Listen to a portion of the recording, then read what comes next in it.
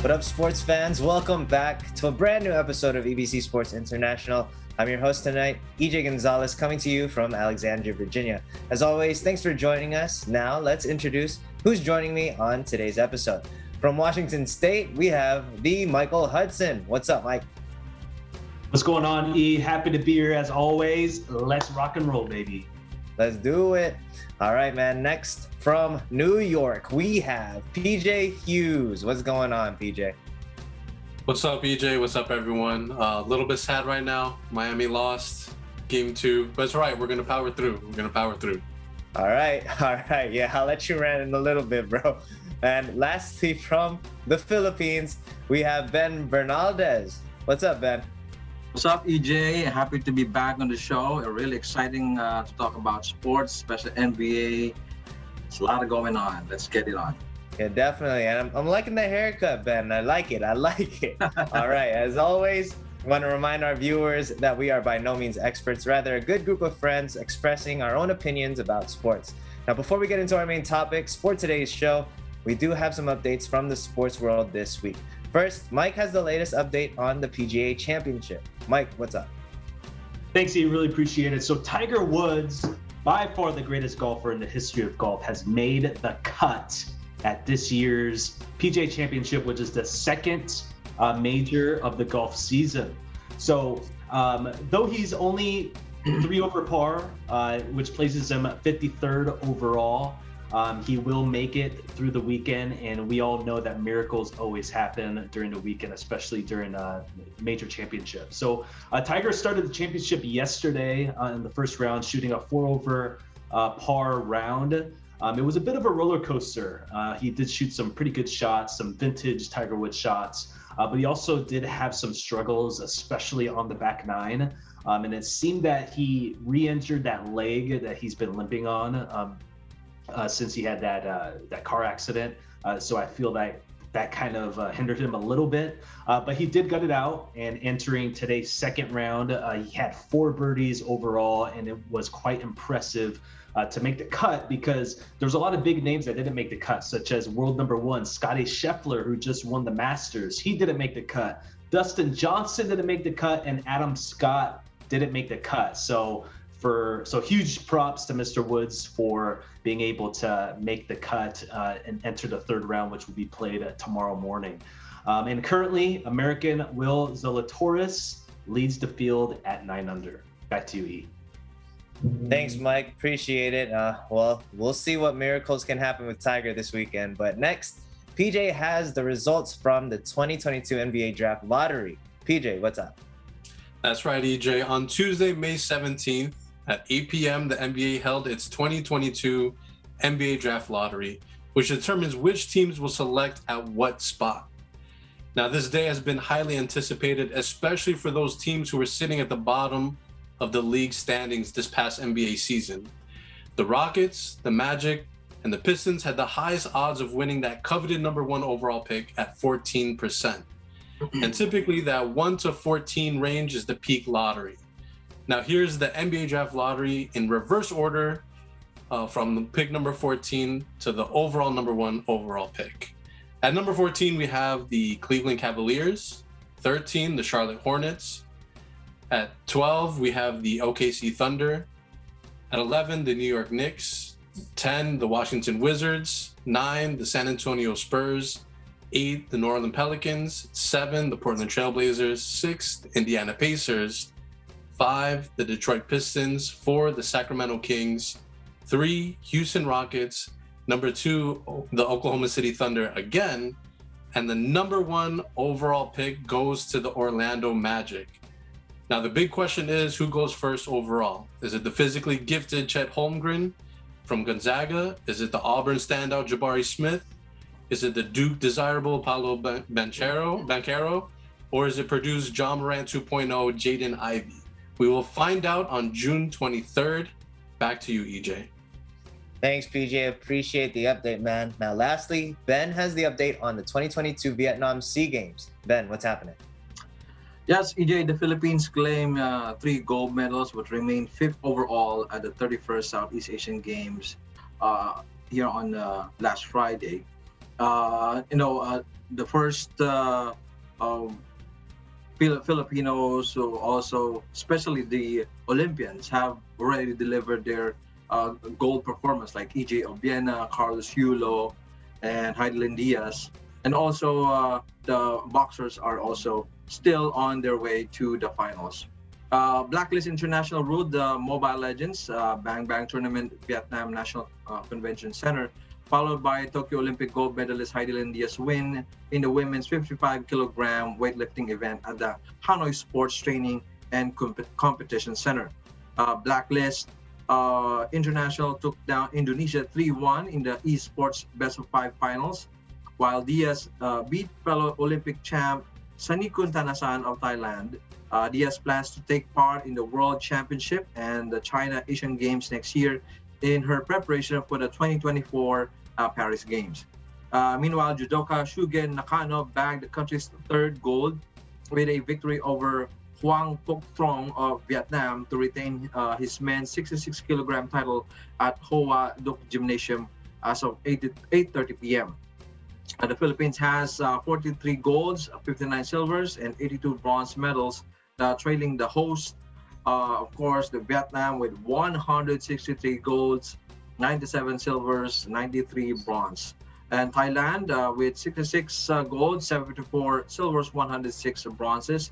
Indonesia 48, 68, 83, and Singapore 47, 44, and 62. And also the national team chef de mission Ramon Fernandez said, we are aiming for 3rd place, and it's still possible. Of course, we cannot beat the 2nd and 3rd place, looking at the gold medal standing for Vietnam as the host. And billiards assured the Philippines of 2 more gold medals Saturday. Also Filipino duels in 10-ball singles.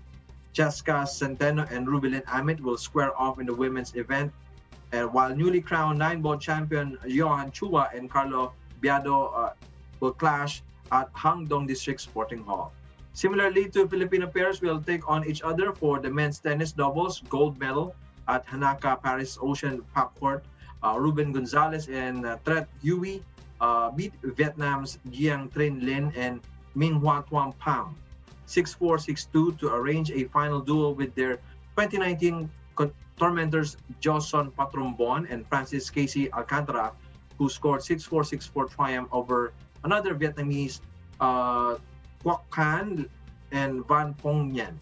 Also on Saturday, Gilas Pilipinas men's basketball squad battles Malaysia, and also after playing 4 straight days, Gilas will go into the game after a break. And also in another news, of course, Carlos Yulo also will win the most outstanding male athlete of the SEA Games with 5 golds, 2 silvers. Really, after the Tokyo Olympics experience, really helped him boost his performance and on his way to the next Olympics. And I'm sure we'll be getting more golds from this for this guy. And that's it for me. EJ, back to you. Thanks, Ben. Appreciate it. Good luck, Team Philippines. All right. Thanks for the stories, guys. We're going to take a quick break. And when we return, we're breaking down the NBA Conference Finals. EBC Sports International will return in a moment.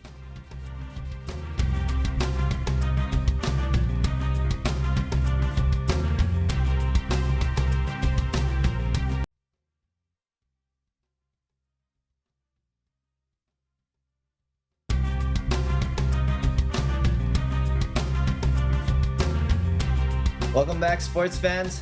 Well, let's get right into it. Golden State first. They took care of business at home in Game 1 and held Luka Doncic to just 20 points in that first game. Now, the Warriors pretty much dominated from start to finish. So, Mike, I'm going to start with you, man. What main takeaways do you think led the Warriors to an easy Game 1 victory over the Mavericks? Well, I think it's simple. Defense. I think in the beginning we saw in the first half that the Warriors were kind of experimenting with different types of defenses with Luka. I mean, they were doing box and one, they were doing a 1-2-2 zone, they were doing a 2-3 zone, they did like a triangle and 2. putting one guy on Luka and another on Brunson. And I think in the second half, Steve Kerr was just, wiped his hands of it. He was like, you know what? We're just going to go one-on-one. I'm gonna put my best defender on Luka and just see what happens. And so Andrew Wiggins, who I think has been the unsung hero for the playoffs for the Warriors so far, did an incredible job guarding Luka as far as like 94 feet the entire second half. And he just forced Luka into making bad decisions, plenty of turnovers. And it also didn't help that I believe the Mavericks shot 14% from the three-point line, and we know that's a huge strength of theirs and the sole reason why they are where they are right now. But it was definitely an entertaining first half. I mean, these teams definitely want to win and obviously make it to the finals, and they're doing all that they can on both sides of the ball to make that happen. I think also so far, I'm just super impressed with Jason Kidd. I mean, I think he's the best coach in NBA. I mean, just the type of adjustments that he makes and the experience, obviously, that he had playing in the NBA all those years are definitely rubbing off on all of his players. So, it's been a pretty good series so far.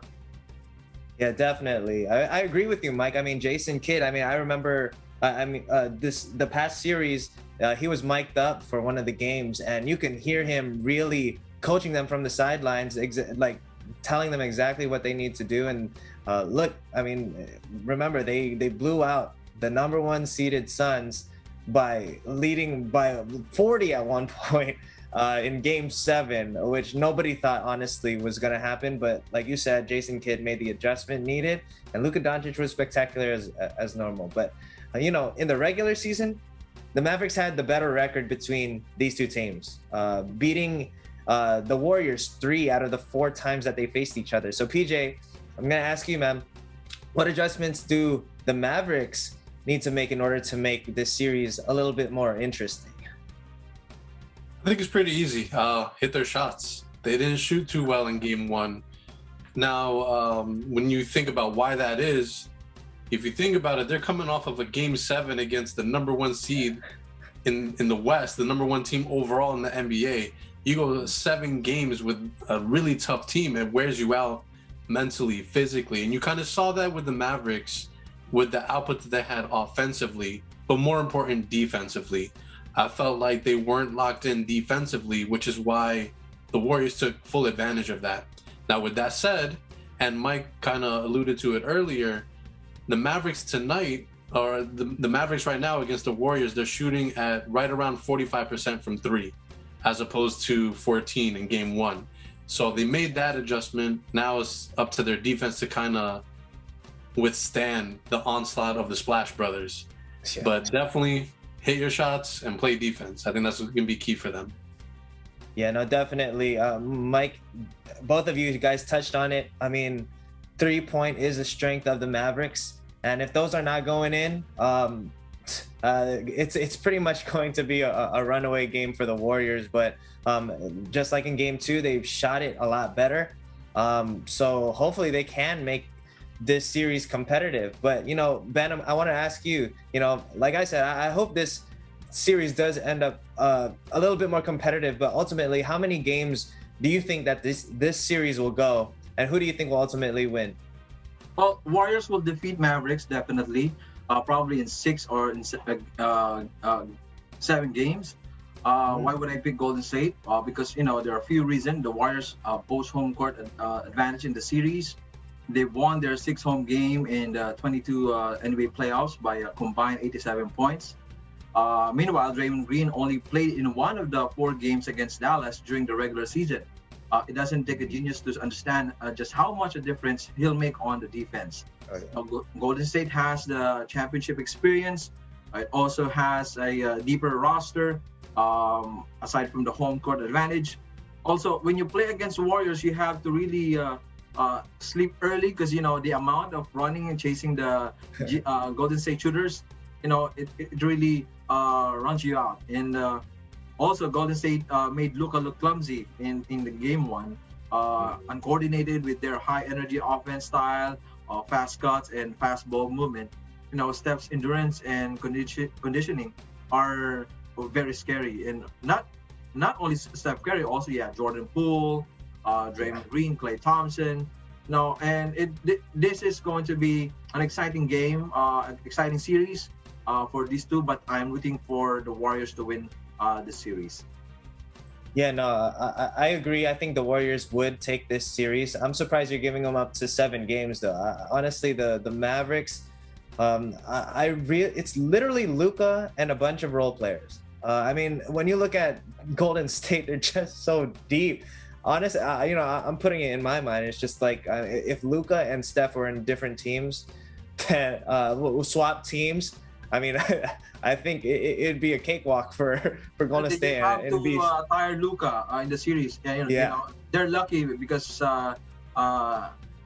GP2 is injured. If he's not injured, definitely he's on a rotation for the defensive position for Luka. Yeah, Luka's in for a lot of running if he needs to guard one of these guys. But thanks for your thoughts, fellas. Let's swing it to the Eastern Conference Finals. Jimmy Butler had his fingerprints all over Game 1 and that victory against the Celtics, putting up 41 points, 9 rebounds, 5 assists, 4 steals, and 3 blocks. He did it on both ends of the court. Now, however, the Celtics were able to bounce back in Game 2, and with the victory, they now claim home court advantage for the rest of the series. So, PJ, man, what went wrong for the Heat, your Miami Heat, in Game 2 as opposed to Game 1? The Boston Celtics did way more than bounce back. They completely destroyed Miami. Jimmy Butler said it in both games, including Game 1. Miami came out to a slow start. Now, granted, in Game 2, Miami had that early 10-point lead. But as a Heat fan, I know how they play. And for whatever reason, when they get out to quick, hot starts like that, doesn't typically end well for them. I also feel like they just went ice cold after that 10-point lead early in the first quarter.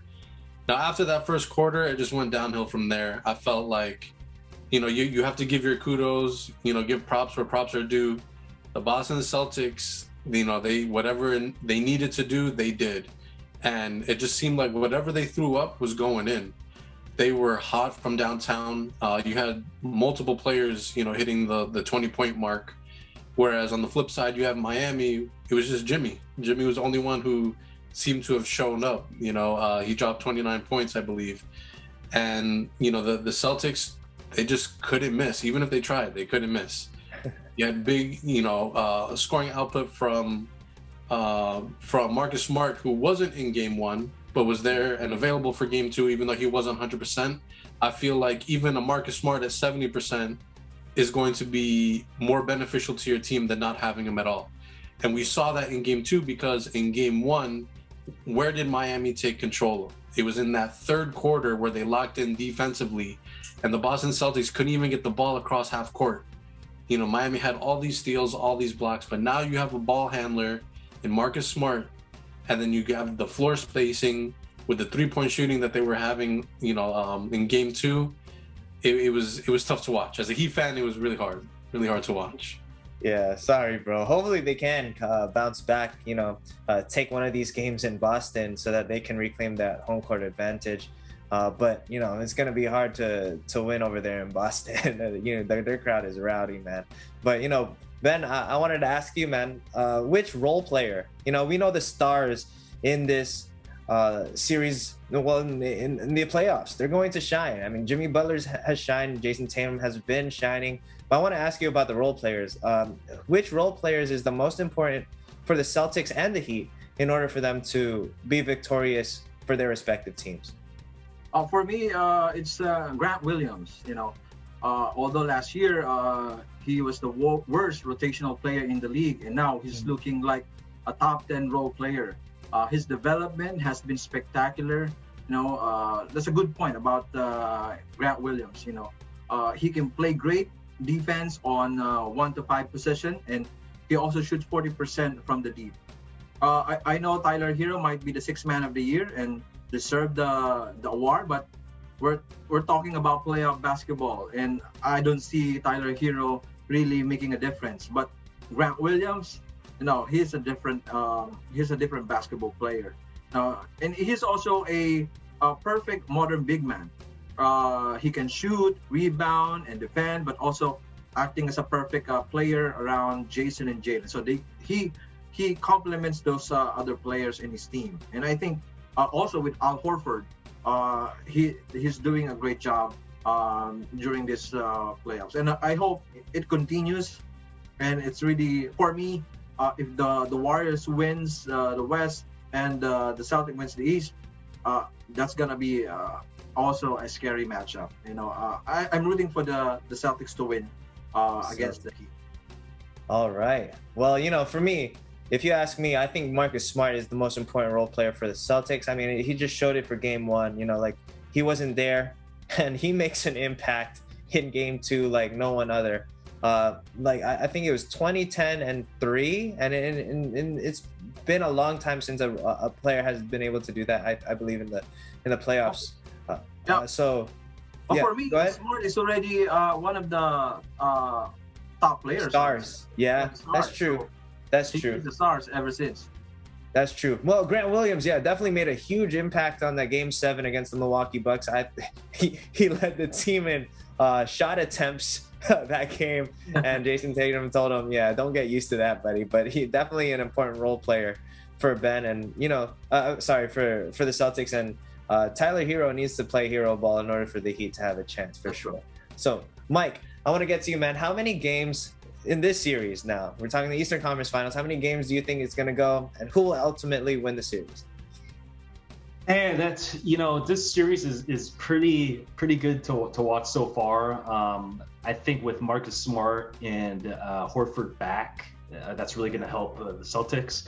But, with me, at the end of the day, I think if you're going to put a gun to my head, I'll have to pick the Heat. I'll say the Heat in 7. Simply because I feel that Jimmy Butler is just a little bit better than Celtics' best players. And also Eric Spoelstra is just a little bit better than Udoka, who I believe he's number 2 best coach in my opinion. And he is just incredible. So I have the Heat in 7. Heat edging them out, man. That's crazy. So real quick, I know we're talking Eastern Conference Finals, but the finals is just around the corner. I want to know who you guys choose for the chip this year, man. So Mike, who makes the West? Who makes the finals from the West and the East, and who ultimately wins? So I have Golden State against Miami, and I'll have Golden State in 6. Golden State. Okay. All right. PJ, how about you, man? So short answer, whoever comes out of the East is going to win the NBA Finals. And so in my personal opinion, Mike has more confidence in my own team, but Boston is just too scary, man. I feel like I said it a few weeks ago, Boston is the scariest team in the league right now, and everything is clicking for them right now at the right time. So West, I have the Warriors. East, it hurts me to say it, I have Boston. TJ, come on. Maybe it's like reverse juju. I don't want to jinx my team. Yeah, there you go. Reverse psychology, reverse luck for your Miami. So disappointed, bro. By the end of the show, he'll change his mind. Watch. I know you're really rooting for the Heat, man. But if you think Celtics, then that's pretty scary, man. Sorry for your Heat, bro. You don't even have faith for your own team. How about you, Ben? Who do you got winning or getting to the finals and ultimately winning? Yeah, I said this also before that Celtics is a pretty scary team. Pitted against my Warriors. But I'm going for Warriors, and it may take to full Game 7. Oh my gosh! For me, you know what, PJ, I'll choose the Heat for you. I'll give them a chance. And I do think the Warriors are gonna run out with this one over the Mavs. And I always want a new team to win, to taste victory. So I'm gonna go and root for the Heat to win this year's NBA Finals. All right, man. We're going to take a quick break, and when we come back, we're going to discuss some viral hot takes that Patrick Beverly made this week. So EBC Sports International will return in a moment.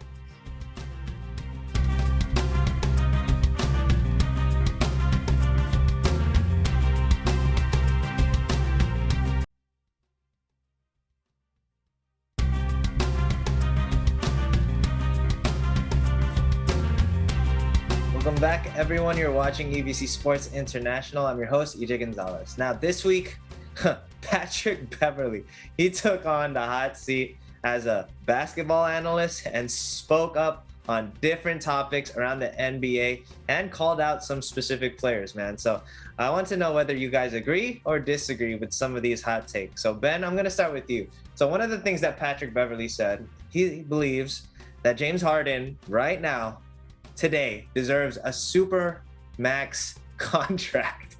Do you agree or disagree with that take? Well, first of all, I'd like to congratulate Pat Bev.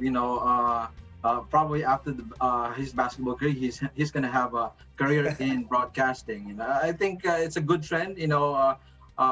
Players with characters, they're going to be analysts. It's a good show. But Pat believes players should be paid based on past performances, regardless of their prospects of delivering results in the future.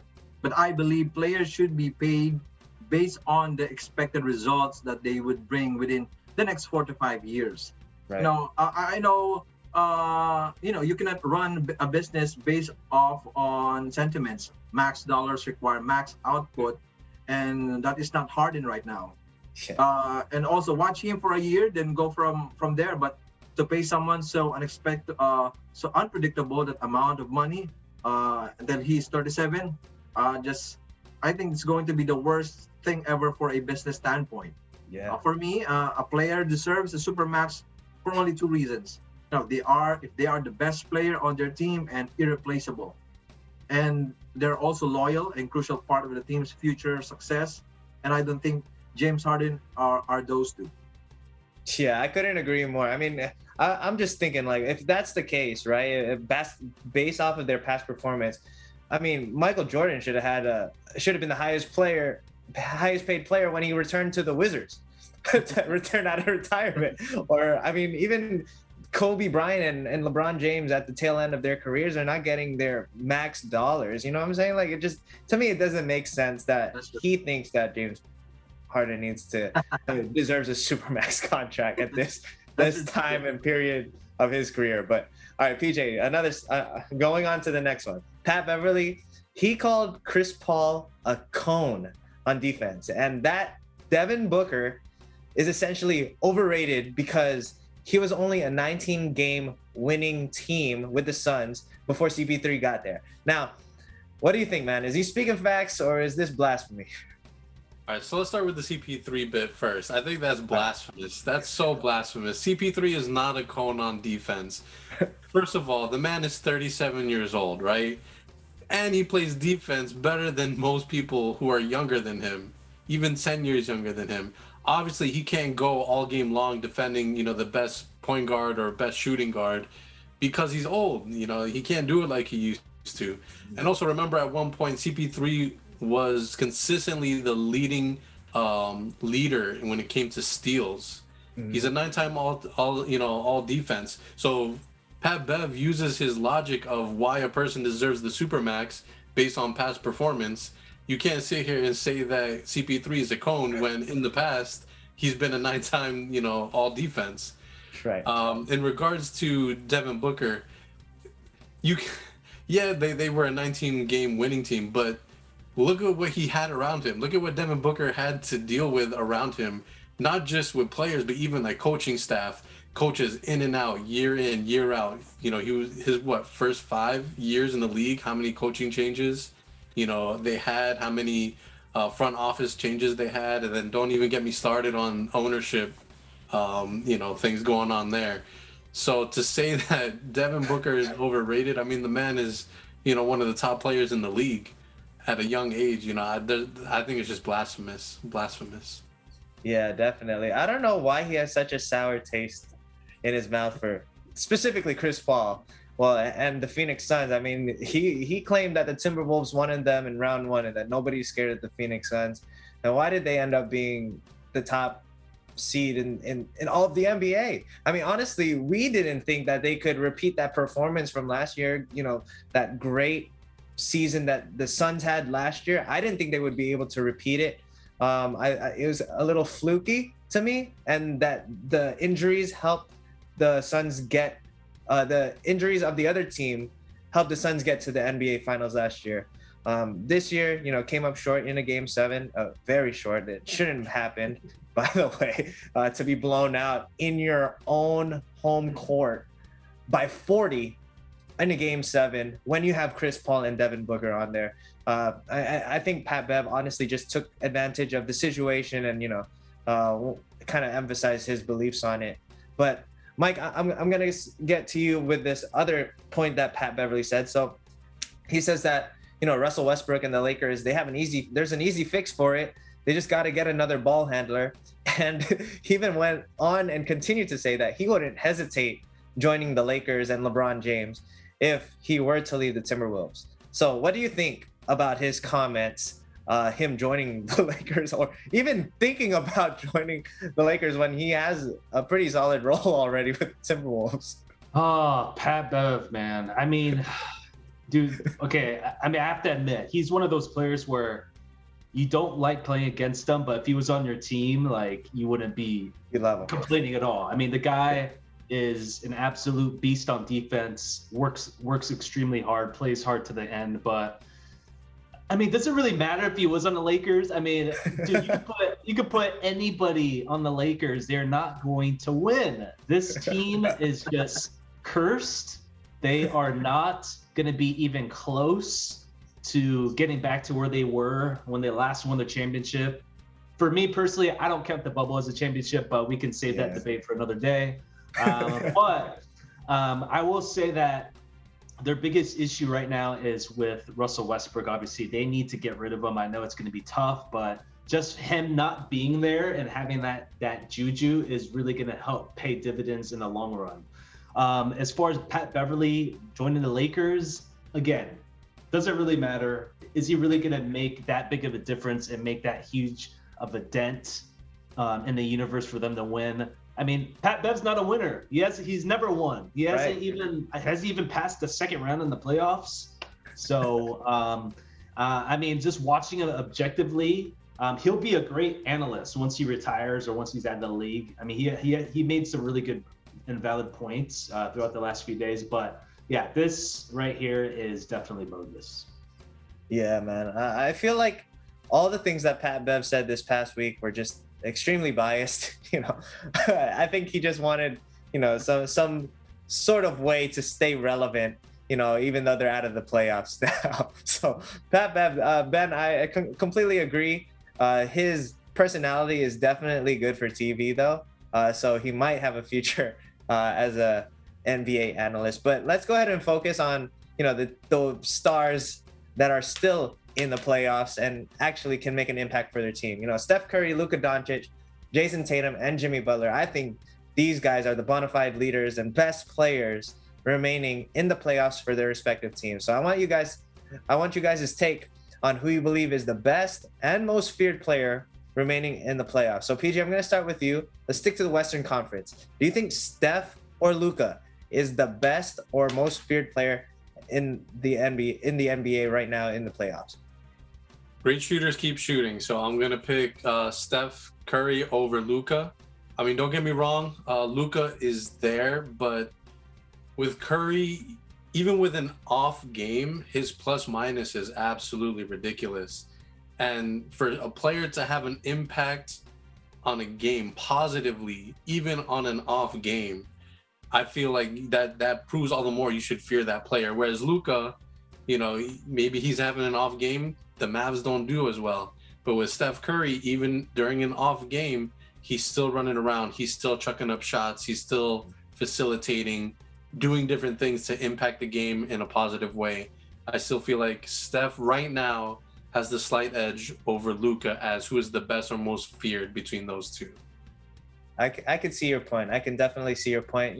For me, if I were to say, let's switch Steph and Luka from the teams, I think Luka would be the more feared player because of the surrounding cast around him. Right now, the Mavericks don't have a cast around Luka Doncic. So if Steph Curry were with the Dallas Mavericks right now with those players over there, I think they would be the Golden State Warriors before they won any championships. That Stephen Curry's team or outcome would be what would happen to Steph and the Mavericks if he were on the Mavericks. But, because of the supporting cast, I have to agree with you that Steph is a little bit more feared because he can still do a lot aside from shooting the basketball. Now, Mike, I want to focus on you. The Eastern Conference, the best two to me, Jimmy Butler and Jason Tatum.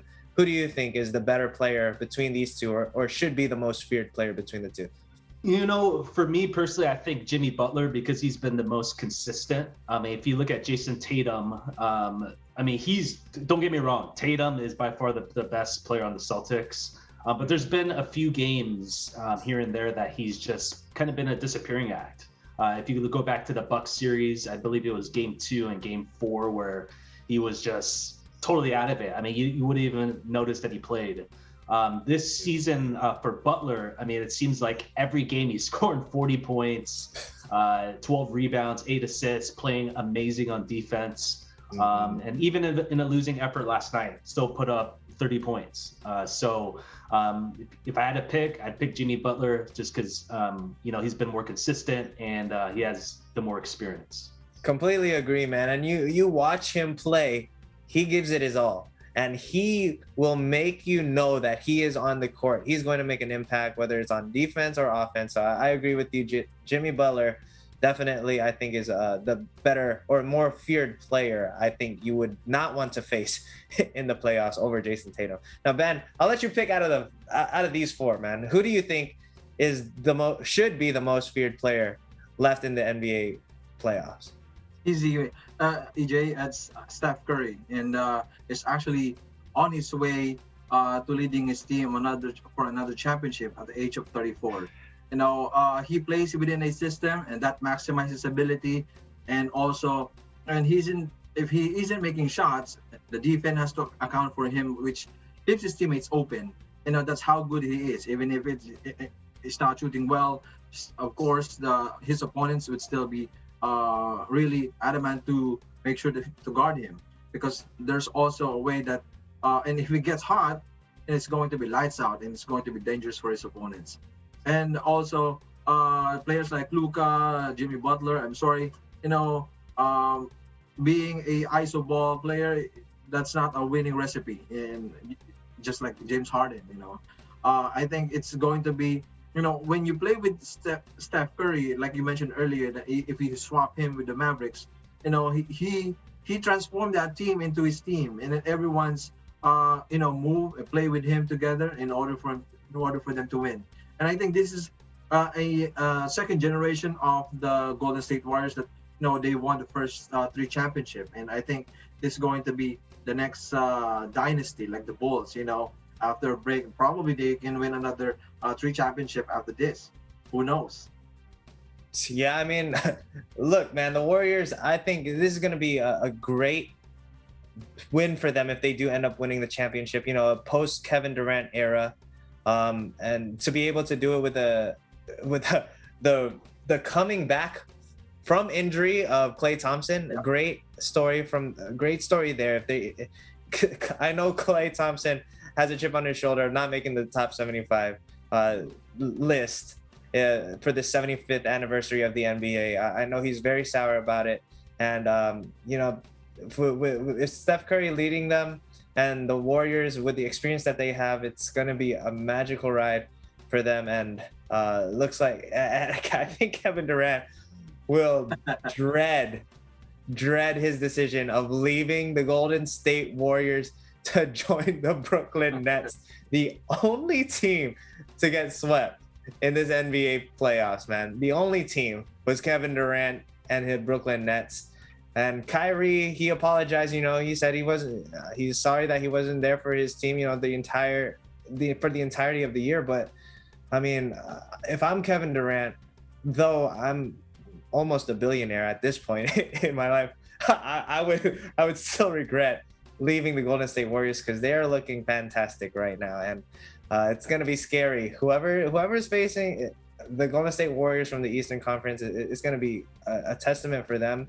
And it's going to be a great win if they do get to upset the Golden State Warriors in the finals. So great takes, everyone. We're going to have to take a quick break. And when we come back, we're going to dive into the 2022 NBA draft lottery and draft class, and of course, finish with our question of the week. So we'll be right back.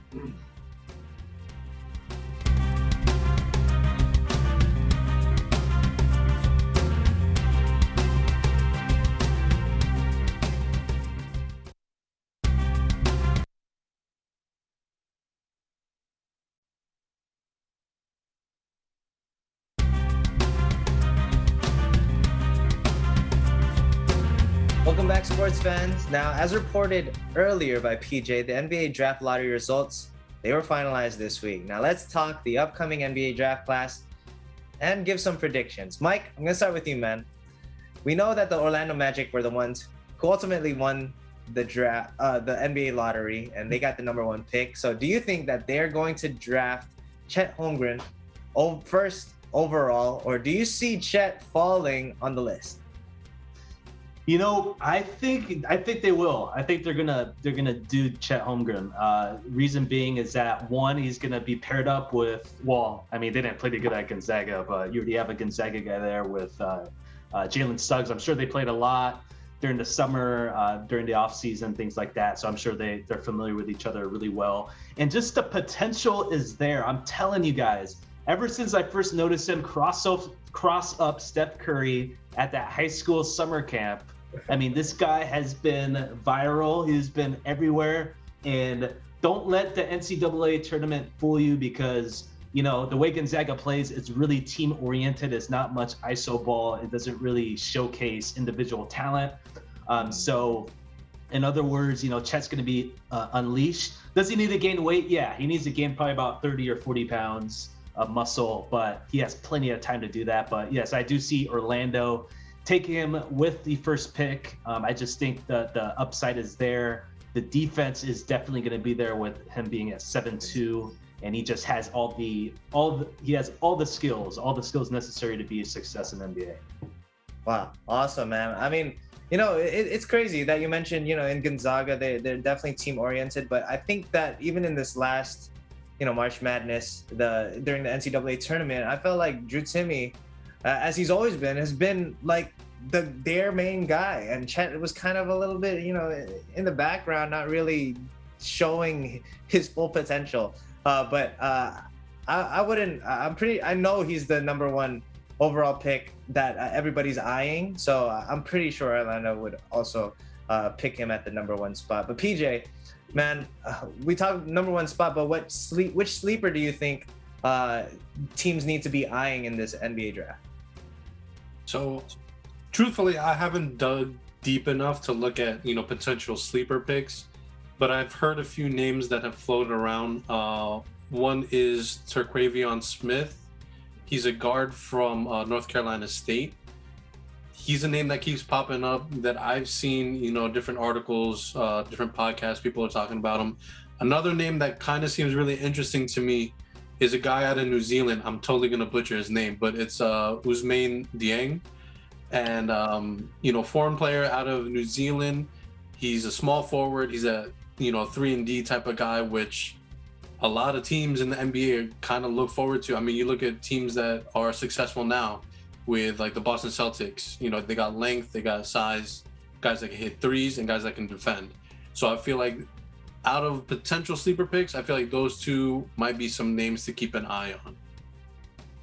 Definitely great picks. I mean, for me, there's one name that was standing out to me. That's Nicola Yovich. So it's so close. I saw that too. to Jokic, right?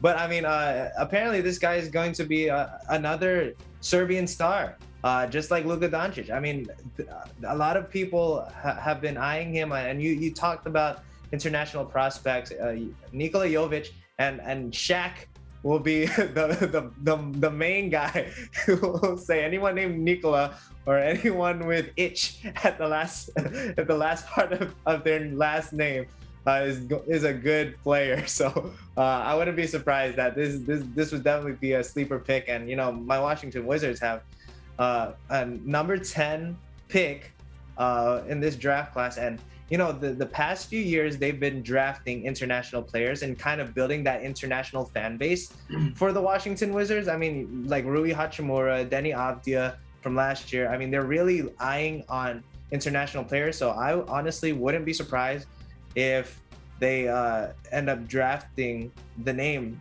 just for the name Nicola Yovich.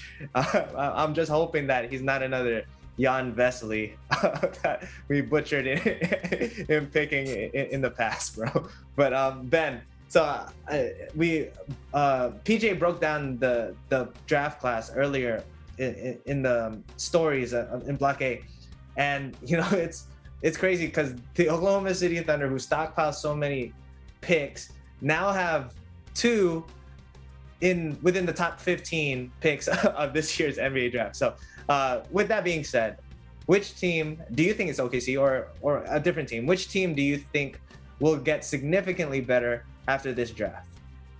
Well, it doesn't really necessarily if you are in the top pick or the top 3 teams to pick in the lottery, you'll definitely improve. It has so many aspects you have to consider. But I think the Kings, it's been a long time since they've been in the top pick. So I think if they choose Chet, I think there's going to be a change also. It's probably going to help them. But I'm rooting for the Kings. The Sacramento needs a huge offseason. I like their hire of Mike Brown. I know Mike Brown had a bad run with the Lakers in the Cleveland, but I think with the 6 years with Steve Kerr and the Warriors, I think it's going to be a good start for him and also for the Kings. He's a good fit for that team, and also there are some good players in that team. Plus, if they have a good pick, that could really boost their franchise as well. And there's no other teams that I think would really make the change drastically, but we'll see.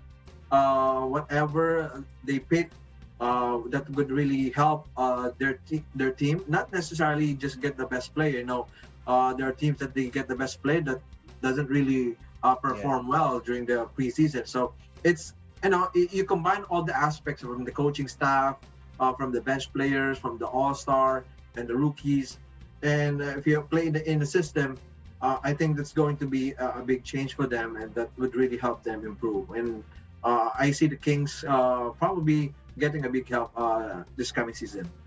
Yeah, I definitely respect the pick, your pick of the Sacramento Kings, but with their history of just not doing what they're supposed to do with their draft pick. I mean, we look at Marvin Bagley or even Tyrese Halliburton. They had a star and they ended up trading him to the Indiana Pacers. I mean, the Kings are just cemented with bad luck, and although they have a pretty high pick this time around again, I just don't trust them with that pick. So, but I definitely respect it. They have a great core over there with De'Aaron Fox and Domantas Sabonis, but the Kings are just so unpredictable. But I think OKC, honestly, they have a great core over there with Josh Giddey and Shai Gilgeous-Alexander. They have a lot of rising stars, and to add 2 more top 15 picks from the draft, I think the OKC does take another stride toward getting back to building a great team.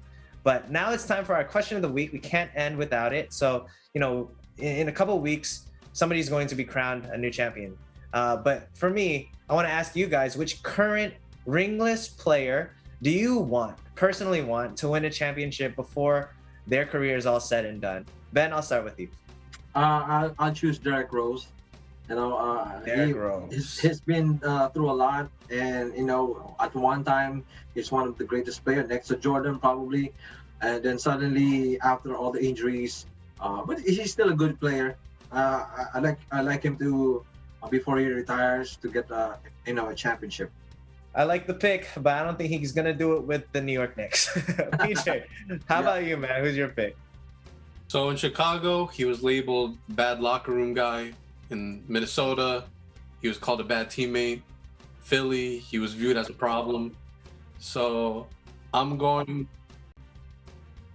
All right, PJ, how about you, man? Who do you want to win a championship before their career is all said and done?